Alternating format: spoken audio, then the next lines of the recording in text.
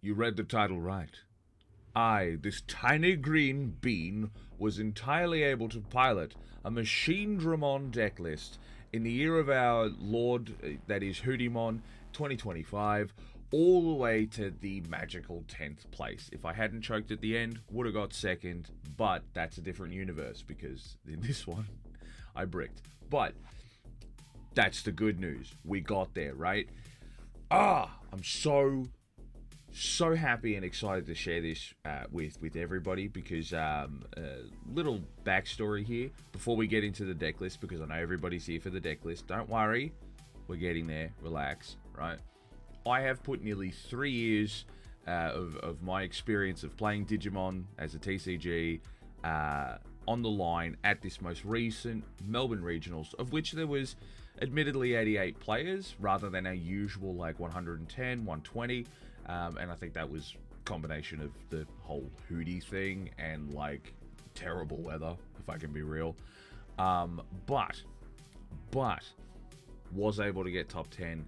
Not a bad showing at all. Very, very proud. And my 3 years of effort have paid off with a rather impressive standing.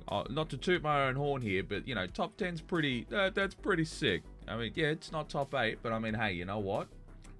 That's better than last time, which was 76, and before that was 117. So onwards and upwards, gentle beans. So that's enough of that. That's enough preamble. Let's get into it. All right.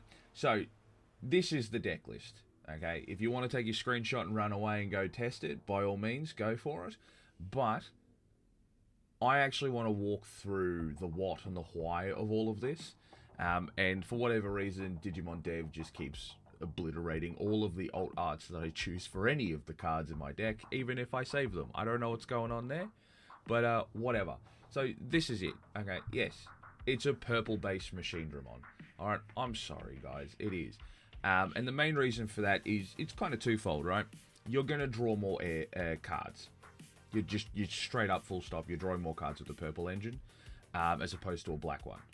I do know that a lot of people have been experimenting with the Dorimons and the Monodramons and the things of that nature, because it's like, oh, it's basically Analog Man but on a stick, and I appreciate the experimentation, but it's not going to be draw a 10th of your starting deck good. It's just, I'm sorry, it's just not.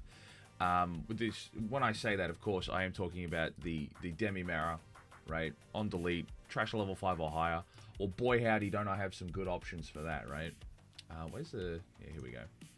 We got some good options for that.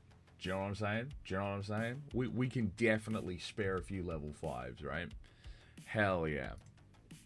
To draw 2.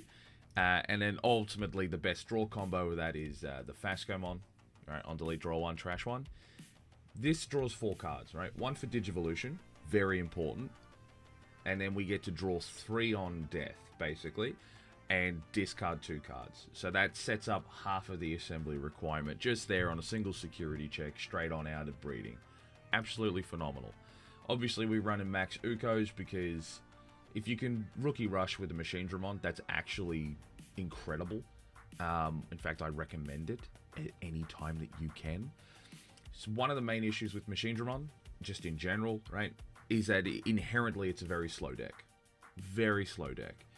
So making sure that you can get 1 to 2 additional checks in with your rookie base while you're drawing an insane amount of cards, and of course getting memory value from the restricted Uko there, all of that is going to just make it so much easier to take advantage of like the 17, it's actually 5, but the security attack plus 1 inherits that are present within the deck, because then you just need like 2, and then you can have in DP boosts and unsuspends and things like that to then be able to basically OTK an opponent at any point.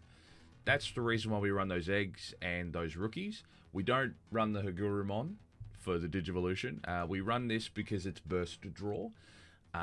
If we're stuck with cards in hands that we can't do anything with, this gets rid of them. It moves the memory gauge, maybe passes turn, maybe chokes the opponent.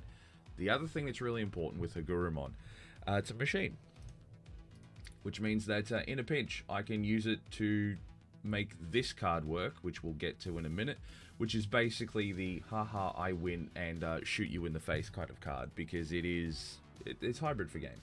That's what it is.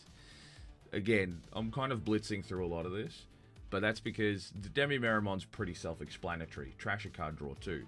The Fascamon's pretty self-explanatory. Draw 1, trash 1. That's easy. Agurumon, you trash a machine or a cyborg, you draw 2. Card filter, boom, boom, boom. Everybody should be very familiar with the Ukomons. You promote this guy, you look at top 3 out of Digi or a Tamer, bot deck the rest. This hand fixes, and it happens when you move from the breeding area, which synergizes really well with the BT11 Analog Man, which says start of main, trash a level 5, gain 1, draw 1. There's a redirect clause on there as well, which is really fun, but it's not super necessary currently, because by the time you get a Machinedramon out, you should be trying to win the game, as opposed to performing a sort of mid-range control lockout. And then, of course, it's just, hey, the Ukomon, gain a memory, hatch another egg. These guys are all very standard. And no, I don't run 5 eggs. No, we don't do that in this house. That is because even when I was able to run the full 8 Ukos way back when that was a thing, I only averaged using 3.4 eggs per game, because I'm that kind of crazy. Genuinely, I'm that kind of crazy that I actually sat down and I tracked how many eggs I hatched per game. And the average, I think, in 20 to 30 games was all of 3.4 eggs. I think even at the regionals that just passed, where I came 10th, I think I only was sitting there against the Royal Knight player that I went up against, and I was like, oh, bugger, I need a 5th egg. Still won 2-1. So it's not a make or a break kind of deal. There are no level 4s, as anybody with a pair of eyes may have already noticed if they've gone and read ahead. Well done. But yes, I don't run any level 4s, because the only level 4 worth running is the Promo Ramon, which is basically a purple-black Hagurumon that costs an additional 1. But it just requires that you trash any card to draw 2. It also counts as a cyborg, which is really cool. But in a lot of the test games that I did, and I did do some test games for this, I've got some crazy poorly written notes about this. The memory efficiency of 3/4, that comes up a lot. It really, really does. So I would recommend the Hagurumon over the Ramon any day of the week. Plus, if your opponent doesn't address it, you have a black source, and you've not given them, hopefully, as much memory to address it as possible. Now the meat and potatoes, it's the level 5s, right? Nothing here should truly surprise anyone. This is all pretty standard fare. Oblivimon, this card is absolutely amazing. This thing saves the day when your Royal Knight opponent decides to throw down some Mechamons and Magnamons and says, I have 3 blockers, and you say, what a lovely suggestion, my attack target can't switch. So I'm unblockable, functionally. Bing bong, happy days. Love that. I love it so much. Even against Blackwall Greymon players are like, oh, I can steal turn. No, you can't. Absolutely adore this card. I have been thinking about getting it up to 2 in the deck. Finding the space for that can be a little tricky, but this card is amazing. Even especially when, should you survive the Omni Exa Mecha treatment from Royal Knights, and you're attacking twice, that whole thing, because that will happen while you're attempting to OTK with like Sec +5, this will at least not let the Omni X stop you. Absolutely amazing. Love it. Metal Mamemon. This is basically anti-Royal Knight tech on a body, or any anti-ace thing. Stripping sources and then bot decking something without a source is the best part of this card. It's the whole reason you run it. If someone slams an Alphamon or a Ryukin, this comes down for free if you're able to get the Digi reduction, the Digi reduction, the on-play reduction, there we go. Because you'll trash a card, come down for 2 less, that's 5 memory. You bot deck an Alphamon or a Ryukin, you gain 5 memory, that's free. If you're able to still have like 3 or so memory left, then you can just go straight into a Machinedramon, which is not that button. It's not that button either, it's this button. There we go, we got it. Right? We love this man. He's absolute champion. I love him. He's my son, and I adore him. He may be a war criminal, but he's my war criminal.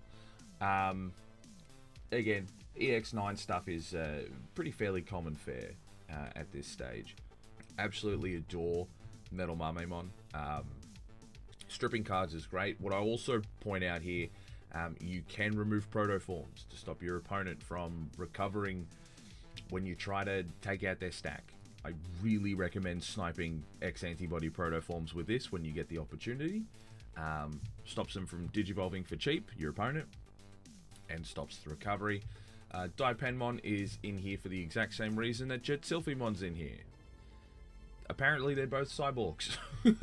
Apparently this whole penguin's a cyborg. I get that. He's an ice machine, I think. And that's a woman with boots, I guess. Cool. They don't have on plays, so for the top source they're useless, which is fine. I don't really need them for anything else other than the plus 2k. The reason why that will matter is that if you're swinging into security, swinging in at 12's a bit rough, swinging in at 14's a lot better. You have an incredibly high chance of surviving every single one of those checks without having to purge sources, guaranteeing a higher percentage of success through that security on that OTK. Very similar reason why Alteris mode is here as well. The plus 4k. Oh god. Hitting someone in the face at 16k is my favorite thing. I highly recommend that. Shooting something at 8k is also there. It's not always going to come up, but when it does, you'll be glad. That's just a full stop right there. You'll be glad. It's a good gun. Bang. Metal Tyrannomon. Ooh. Everybody loves this card. For Machinedramon specifically. I keep being told to run this card, and then I immediately top deck this card. and then I just make a mess of someone. It's absolutely hilarious. But this card is exactly what it says it does. It's de-digivolve protection, it's bounce protection, and that bounce is to hand or to deck. Absolutely phenomenal. However, there is a secret technique here, chat. Right? Very secret technique. Because of the way that the on-play is written, it says you may suspend one Digimon, full stop. Then if this Digimon is suspended, right? So, then you get all the de-digivolve and protection stuff. The crazy bit here, okay? Crazy quotation marks bit here, is that you have to also be suspended. So how do we do that, right? We've just played out a Machinedramon. How do we get it to be suspended in order to gain that protection? So glad you asked. The on-play when digivolving or when attacking is the exact same effect. So instead of tucking this on the on-play, make sure you go to the blitz step from the attack of the heavy mobile Digimon, which we'll cover a little bit more in detail as we get there. When you're actually attacking, that's when you tuck the Metal Tyranno, because the Machinedramon is a stop it. From your hand or trash. Yeah, where is it? By placing. Yeah, there it is. So, oh my god, why have I... Get out of that. There we go. Yeah, don't worry. I'm scuffed. We're keeping it. It says here, by placing one level 5. So that actually means that it's an optional effect. You don't have to do that. So you can wait till the attacking step to then put this guy there at the top. That's how you gain the protection. That's how you de-digivolve. You suspend a blocker, have a bit of fun. You just do a whole bunch of stuff there in that attack declaration. It's absolutely gorgeous. It's also a soft Oblivimon and a soft the other Metal Tyrannomon from EX9, which does kind of the same thing, but you de-digivolve equal to face down cards, which all the EX9 cards do a thing equal to face down.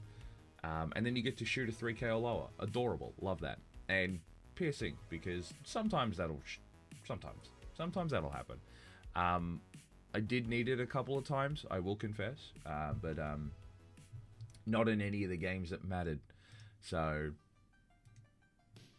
he's just a good boy. I like him. He's nice. Rapidmon, because it's another really good cyborg. And it's a de-digivolve source, because de-digivolve will sort out quite a lot of the issues that Machinedramon will run into when you're facing opponents level 6s and, you know, other shenanigans of that nature. Trust me, Digivolve is the sort of omni-tool can opener of the deck. You can break anything with Digivolve. Anything. And this guy's going to help you do it. The other thing as well is it does allow you to trash your opponent's top security card if you beat them in battle, which is where the, you know, all turns DP can also come in. Yeah, all turns plus 2k. So with the pair of them, it's all turns plus 4. You're 16k all turns. That's crazy. You can avoid an Alphamon, or you can snipe with the pair of them underneath, by the way. Same thing with Metal Tyranno, right? If you trash top card of security, if you beat someone up in battle, it's absolutely phenomenal. I highly recommend it. But I don't recommend running every single version of that. Like, don't put in the bees, like the Cannon Bee and the Vesper or whatever it is, because too many of those is kind of mid. Like, you then have to rely on actually punching your opponent in the face to trash all their cards, which is not bad. I will say that, because there's a lot of security cards, a lot of tamers and, you know, boosts and things running around these days. So if you're going to go for that kind of variant, no worries.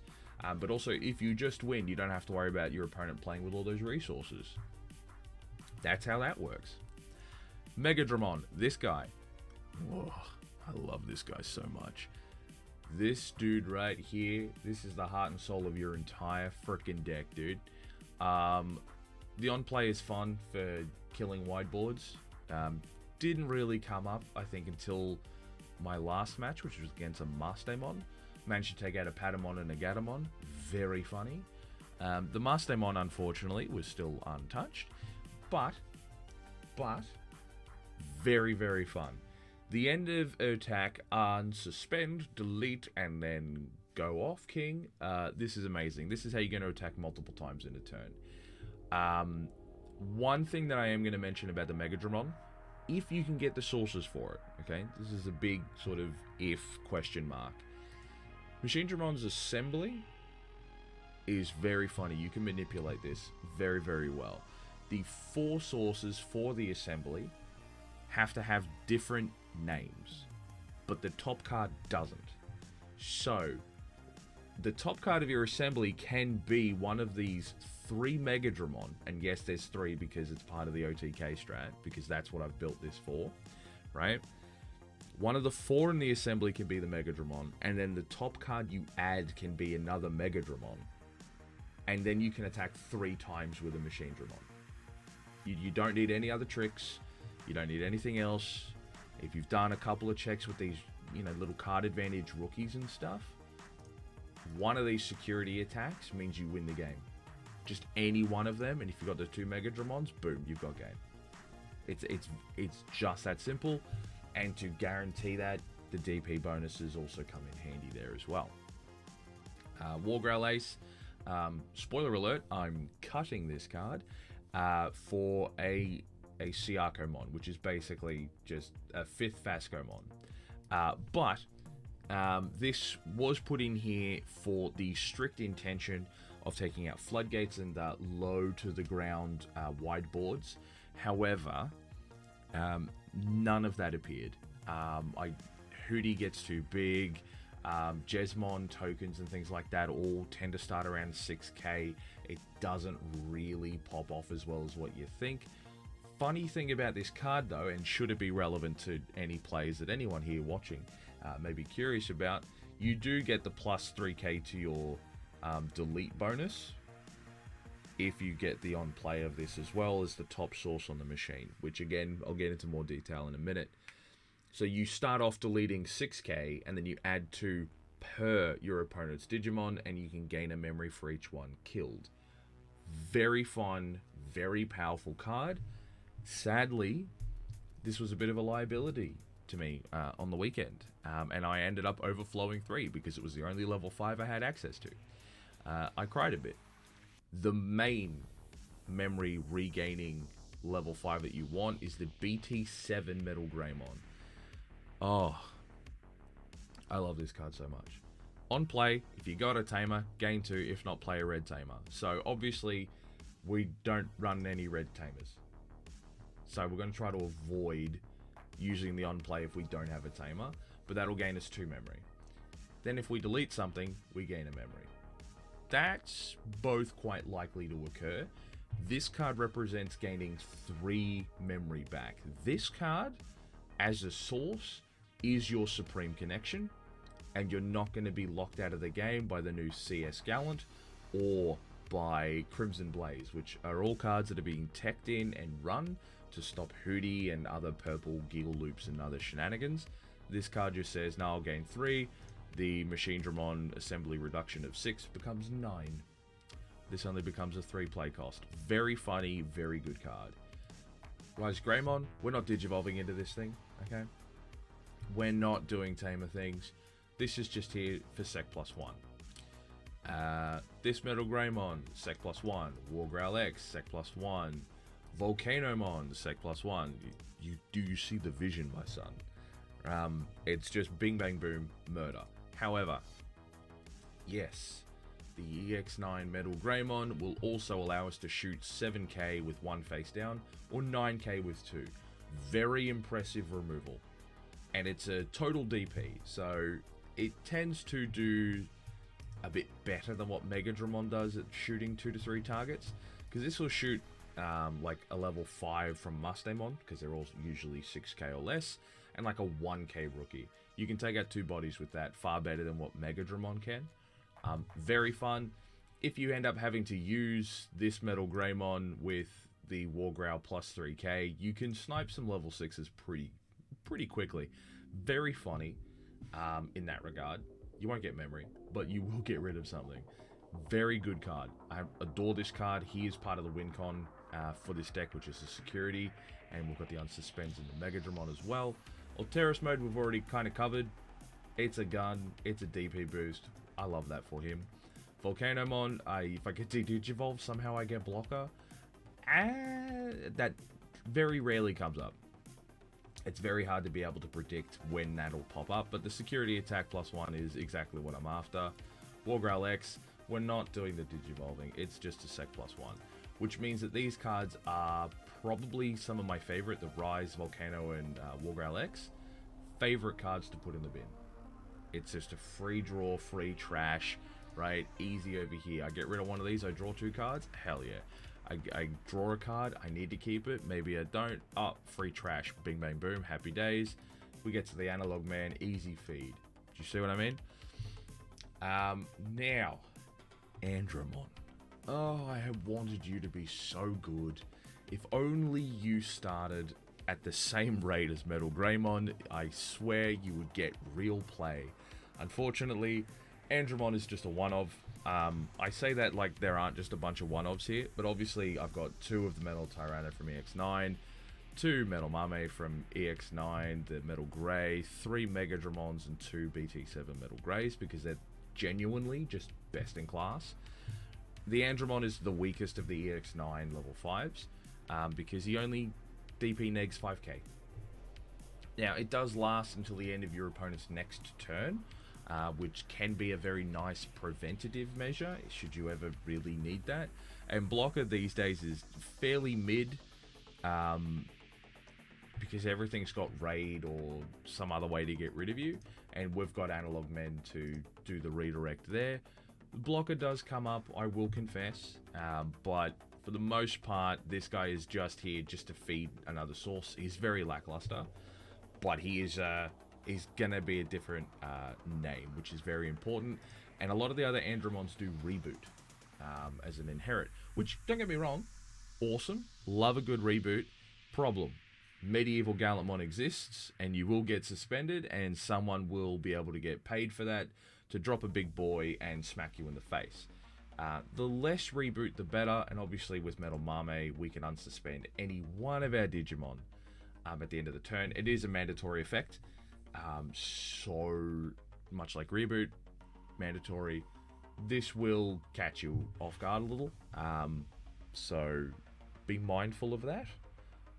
I did give my Raw Knights opponent at the previous regionals a few extra medievals than what he wanted, but then I started bot decking them with other Metal Mame mons because I was a freak. But it works. Now, for the weekend, ran the EX1 Machinedramon simply because 5 Machinedramon are better than 4. That's just it. This was not a medical to have DP immunity against Hootie. I actually did not run into Hootie at all. This is just an extra Machinedramon. What is very fun is that you can technically get a turn 2 or even turn 1 machine if you end up getting a God Hand with this, and then 5 sources if you're going second. Very unlikely, but you can drop a Machinedramon pretty quickly if you're doing that, because he grabs the sources from hand and from trash, and then if he dies, gets tucked to security, whatever, you've then filled up the bin for the big bad boy himself, the new Machinedramon, the EX9 machine, who is, and if you don't know what this thing does, it does everything but better. So obviously went a little bit over the on-play digivolving when attacking. Basically, you grab anything from hand or trash. Please note, it is hand or trash. As you can see right there, 1 level 5 cyborg. Yeah, highlight the whole thing. That's great.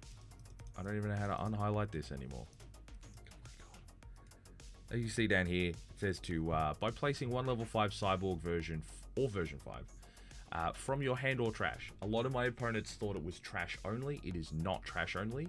It is hand or trash. You place it as a top Digivolution card, activate their own play, which means that you can then start bottom decking additional sources from the EX9 cards, which is again why we run a lot of those. But it also means that you can shoot something, you can de-digivolve something, right?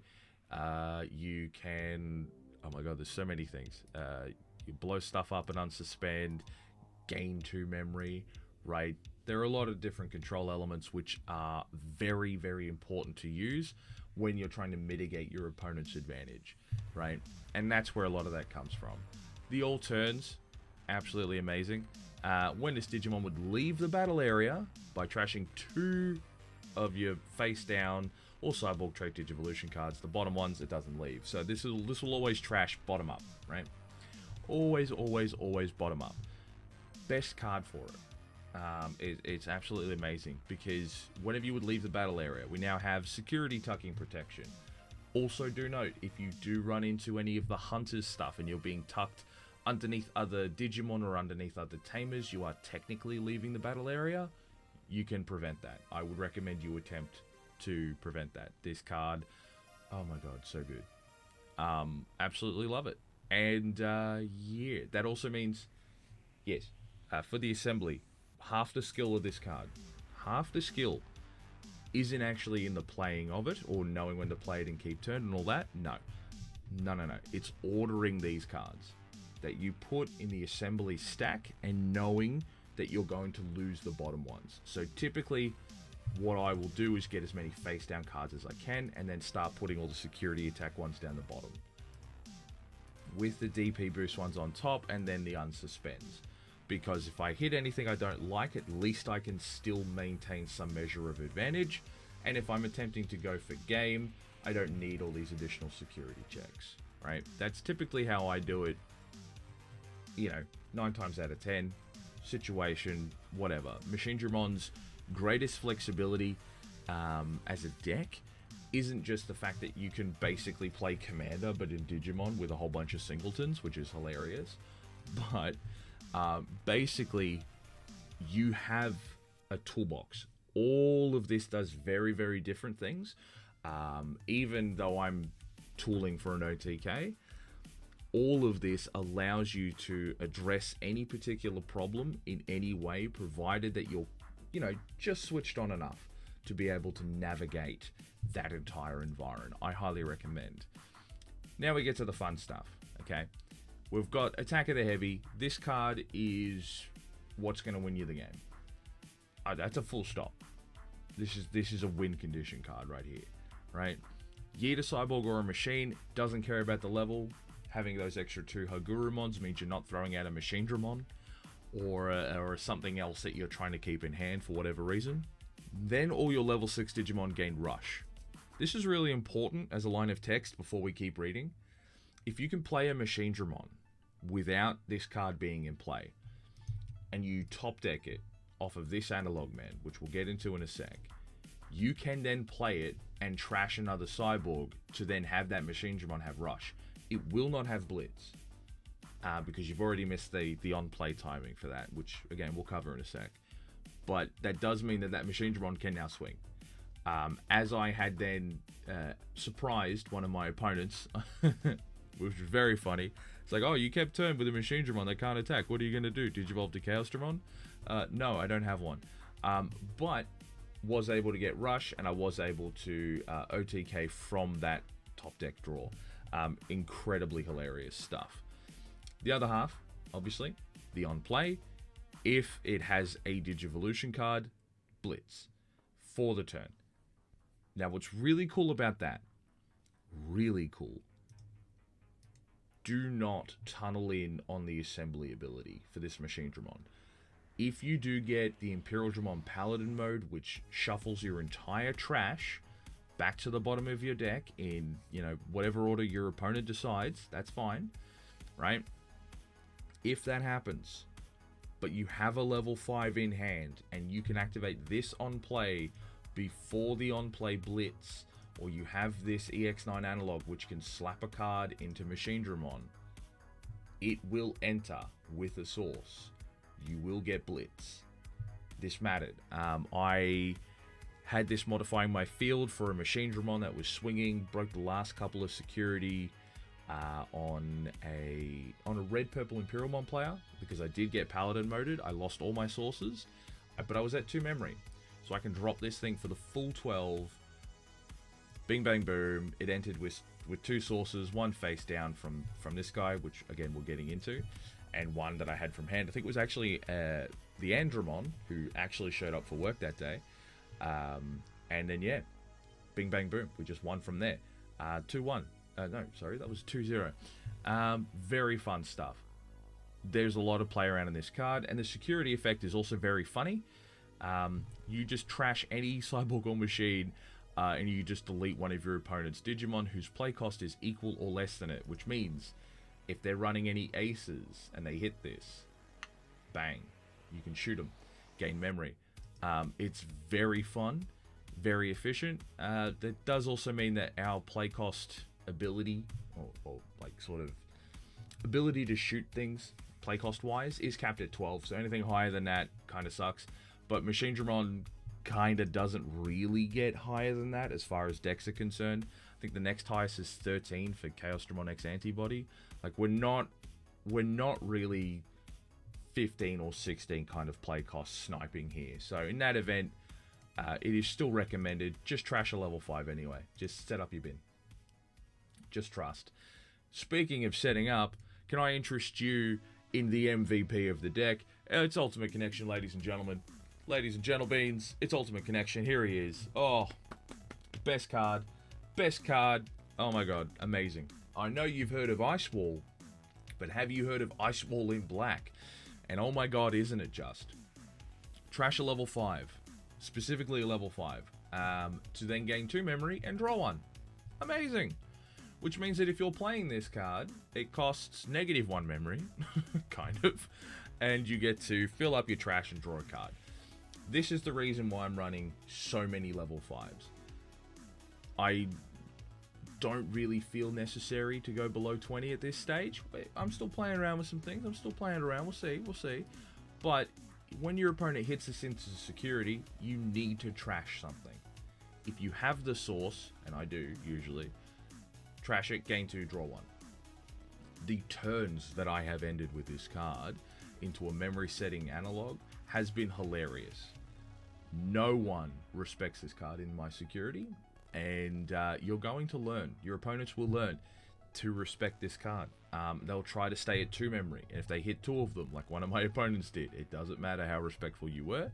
Apparently this is just inherently disrespectful, and I adore that. But this card, ooh, so good.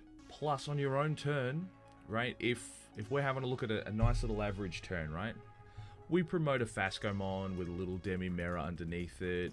That was a 0 cost on our first turn. There's an Analog Man as well we set down, gave our opponent 4 memory, right? Kind of an unavoidable tax the analog men. And I know that Cyberdramon Ace is a lot of people's workarounds.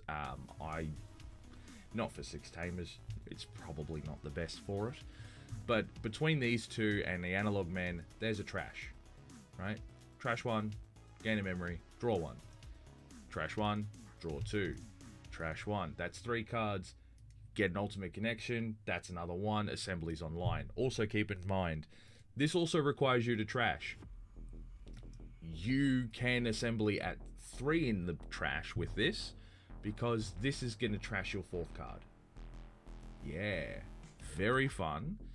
So anytime somebody ever tells you in the future, oh, your assembly 4 is kind of hard to get to, mate. Like, oh, it's assembly -6, but you need 4 sources. Like, oh, it's so tricky to get to their 4 cards in the bid.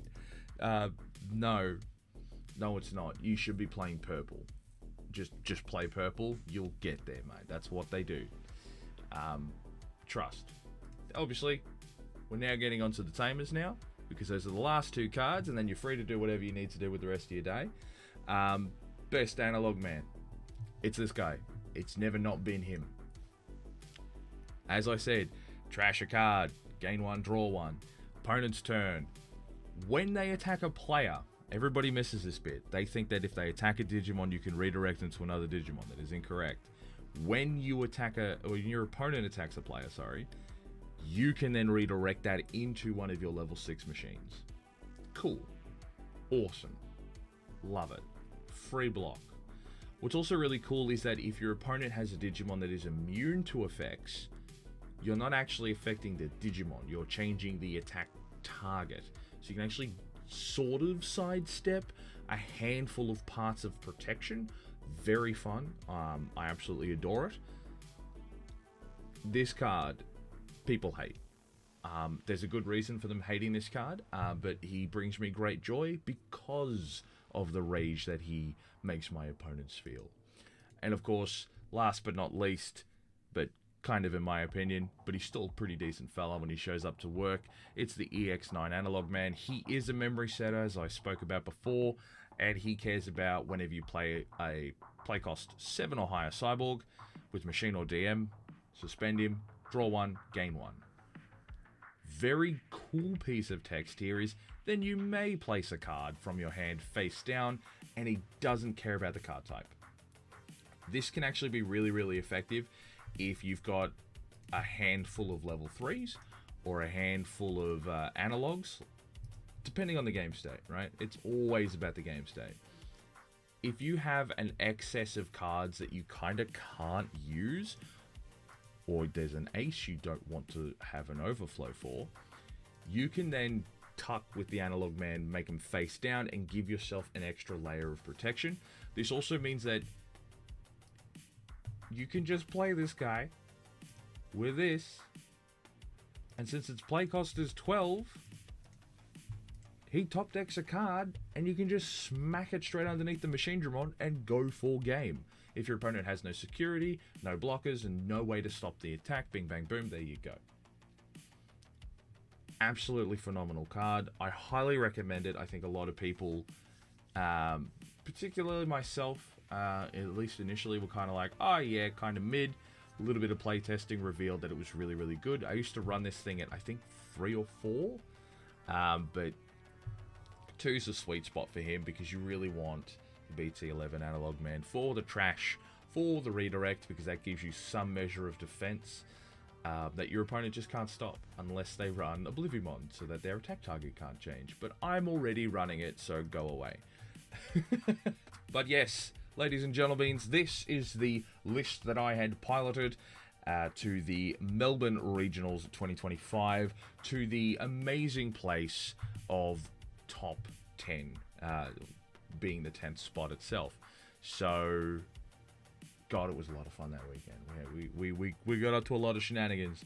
We had a lot of fun. I do recommend anybody who can, jump on down, say hi, party at the regionals. Do you know what I mean? But that'll be my time for now. There's obviously a lot more information that I would love to give about the list.